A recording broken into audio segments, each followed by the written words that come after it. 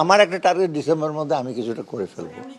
তা মোটামুটি আমরা এখন একটু খুব যেগুলো খুব খুব রেলিভেন্ট আমাদের সময় যেগুলি আমরা তাড়াতাড়ি ইমপ্লিমেন্ট করতে পারবো, যেসব প্রজেক্ট রিলেটেড এইগুলো আমরা সাধারণত মনোনিবেশ করছি, এতে করে যাতে আমরা বিশেষত ব্যবসা বাণিজ্য এবং লোকজনের জীবন যাত্রার জন্য একটু ইচ্ছা হয়, একটু সহজ হয়, একটু বেটার হয়, সেদিকে দৃষ্টিপাত করে আজকে দীর্ঘ মিটিংটা করা হলো আর কি।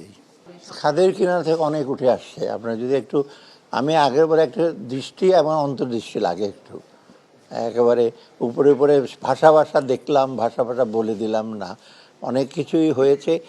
চ্যালেঞ্জটা যেটা ছিল খুব একটা প্রিকেরিয়াস অবস্থায় ছিল। প্রিকেরিয়াসের বাংলাটা আমি ঠিক বলতে পারলাম না, যে আর্থিক দিক দিয়ে। এখন কিন্তু অনেকটা আমরা স্বস্তির জায়গায় আসছি। তবে ডেফিনেটলি চ্যালেঞ্জ আছে সামনে। চ্যালেঞ্জ তো অনেকগুলি চ্যালেঞ্জ আছে আমাদের, মূল্যস্ফীতি, কর্মসংস্থান, জ্বালানি, এখন ট্যারিফের ব্যাপার আছে, ইম্প্যাক্টগুলো দেখতে হবে। আর সবচেয়ে বড় চ্যালেঞ্জ হলো মানুষের কাছে, ব্যবসায়ী মানুষের কাছে কনফিডেন্সটা আনা এবং ব্যবসা বাণিজ্যটা আরেকটু গতি সঞ্চার করা, যেটা স্লো হয়ে গেছে একটু, তাই না, বিভিন্ন কারণে। স্বস্তির জায়গা আসছে, একটু সময় লাগবে। মূল্যস্ফীতি এমন না ঘোড়া রাশ ধরে টেনে দিলাম। ঘোড়া চড়তে হলে মাথাটাকে টেনে তুলতে হয়, কারণ আমি ঘোড়া চড়া জানি তো, সেটা আমি বলছি। মূল্যস্ফীতি এইরকম না একদিনে গিয়ে সব কমিয়ে দিয়ে এলাম, এটা কমছে। তো নন ফুডটা একটু আমাদের চ্যালেঞ্জিং। না, বাজেট নিয়ে নির্বাচনের বাজেট তো নির্বাচনে যা অর্থ লাগে সেটা তো আমরা সব এটা দেবো, সেটা তো কোনো ব্যাপার নেই।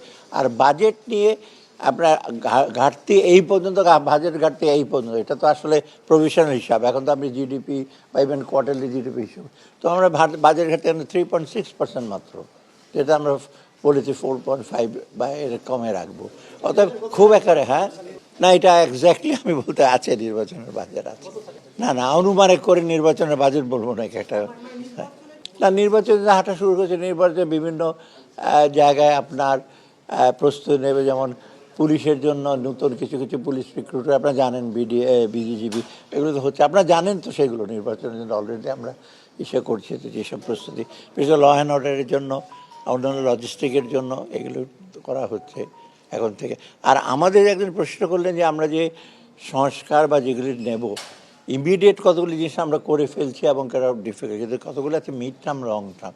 আমরা সেইগুলি কিছুটা, যেমন ব্যাংক রেজলিউশনটা, ব্যাংকগুলো ওইসব করার একটা সময় লাগবে। আমি তো পরশুদিন বাংলাদেশ ব্যাংকে গিয়েছিলাম, ওরা একটা রোড ম্যাপ করছে, এর মধ্যে ইমিডিয়েটলি কতগুলি করা যায়। ক্যাপিটাল মার্কেটটা মোটামুটি চেষ্টা করছে, সেটা হয়তো কিছুটা আরেকটু উন্নতি হবে। এনবিআরের ব্যাপারটা আমরা তাড়াতাড়ি করবো, এই অধ্যাদেশটা কিছুটা অ্যামেন্ডমেন্ট করবো, সেটা করে ফেলবো, এবং ওটা ডিভিশন, ম্যান পাওয়ার কীভাবে ডিভিশন হয় সেটা করা খুব ডিফিকাল্ট হবে না। আর এইগুলো তো আমার একটা টার্গেট ডিসেম্বরের মধ্যে আমি কিছুটা করে ফেলবো।